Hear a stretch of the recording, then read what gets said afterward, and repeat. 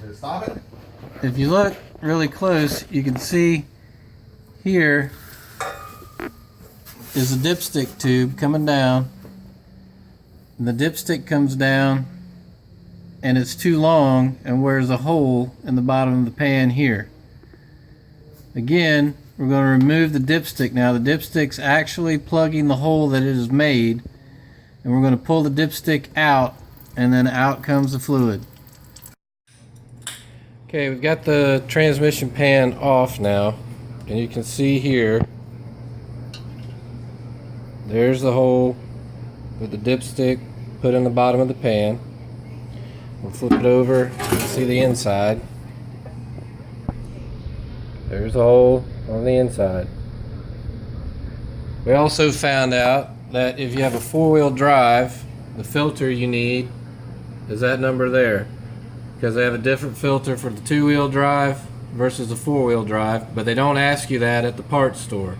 So to save you some headache, just go ahead and get that if you have the four-wheel drive.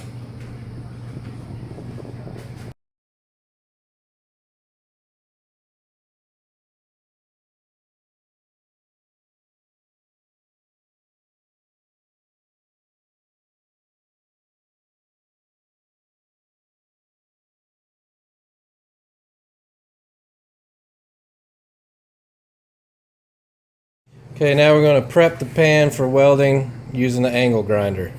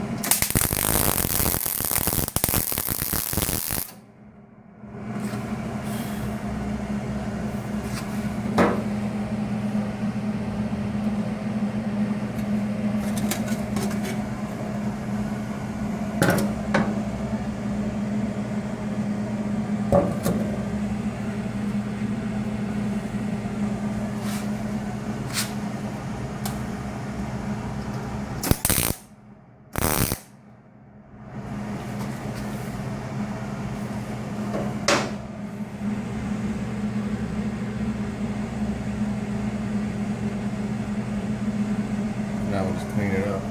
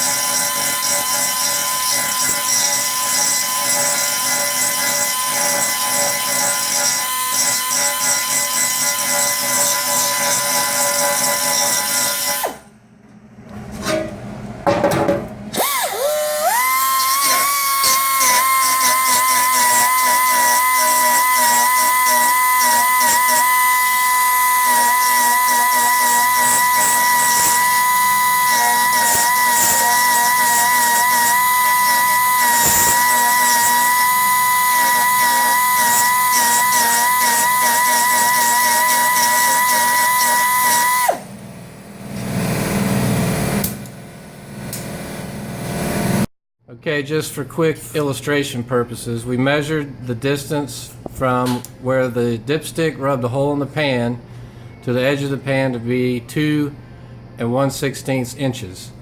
Then we measured the dipstick coming out of the bottom of the transmission to be 2 5/16. So the dipstick turns out to be 1/4 of an inch too long. So we're going to take off, what do we say, 3/8? 3/8. I'm going to take 3/8 of an inch off the end of the dipstick. That measurement is approximately midway between the two cold add indicator holes on the dipstick. Using a pair of nips, we're cutting the end of the dipstick off.